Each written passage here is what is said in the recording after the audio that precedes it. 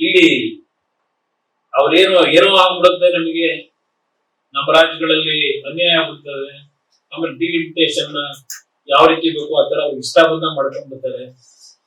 ಏನ್ ಹೇಳ್ತಾ ಇದ್ದಾರೆ ಕಾಂಗ್ರೆಸ್ನ ಮಹಾನ್ ನಾಯಕರು ಕೇಳ್ತಾರೆ, ಕರ್ನಾಟಕದಲ್ಲಿ ಈ 5 GBA ಅಂತ ಹೇಳಿ 5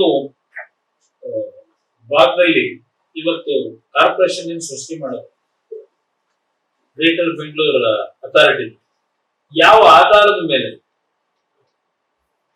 ಇವತ್ತು ಶಿವಕುಮಾರ್ ಅವರ ಆದೇಶದ ಮೇರೆಗೆ ಆಗಿದ್ದು, ಇಲ್ಲ ಎಲ್ಲ ಮೆಂಬರ್ಗಳನ್ನ ಕೂರಿಸ್ಕೊಂಡು ಎಲ್ಲ ಪಕ್ಷಗಳು ಕೂರಿಸ್ಕೊಂಡು ಮಾಡಿದ್ರು ಅಲ್ಲಿ?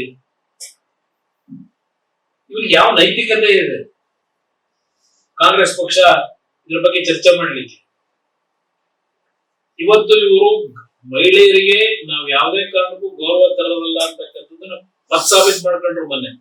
ನನ್ನ ಅಭಿಪ್ರಾಯದಲ್ಲಿ DMK ಅವರು ಅಮಿತ್ ಶಾ ಮುಂದೆ ಹೋದಾಗ ಕೊಟ್ಟಂತ ಎಲ್ಲ ಮಾಹಿತಿಗಳನ್ನ ತಗೊಂಡ ಮೇಲೆ ಕನ್ವಿನ್ಸ್ ಆದರು, ಮತ್ತ ಅವರು ರಾಜಕೀಯ ಮಾಡಿದ್ರು ಇದರಲ್ಲಿ.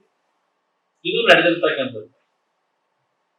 ಅದರಿಂದ ಇವತ್ತು ಈ ರೀತಿಯ ತೀರ್ಮಾನಗಳಿಂದ ಇವತ್ತು ಏನು ಒಂದು ನ್ಯಾಯಯುತವಾದ ರೀತಿಯಲ್ಲಿ ಅದು ಪಾರ್ಲಿಮೆಂಟ್ ನಲ್ಲೂ ಸಹ ಹೋಮ್ ಮಿನಿಸ್ಟರ್ ಕಮಿಟ್ ಆಗ್ತಾರೆ. ಈಗ ಪಾರ್ಲಿಮೆಂಟ್ ಅಲ್ಲಿ ಕಮಿಟ್ ಆದ್ರೂ ಸಹ ಇವರು ಒಪ್ಪಿಗೆ ಕೊಡದೆ ಸಬೂಬುಗಳನ್ನು ಹೇಳಿ ಇವತ್ತೇನು ಈ 2/3 ಮೆಜಾರಿಟಿಯನ್ನ ಕೊಡ್ತಕ್ಕಂಥದ್ದಕ್ಕೆ ಇವರೆಲ್ಲಾ ಸೇರಿ ವೈಫಲ್ಯ ಮಾಡ್ಲಿಕ್ಕೆ ಏನು ಹೊರಟರು? ನಾನು ಕೇಳ್ತೀನಿ, ಈಗಾಗಲೇ ಇವತ್ತೊಂದು ಹೇಳಿಕೆ ನೋಡಿದೆ.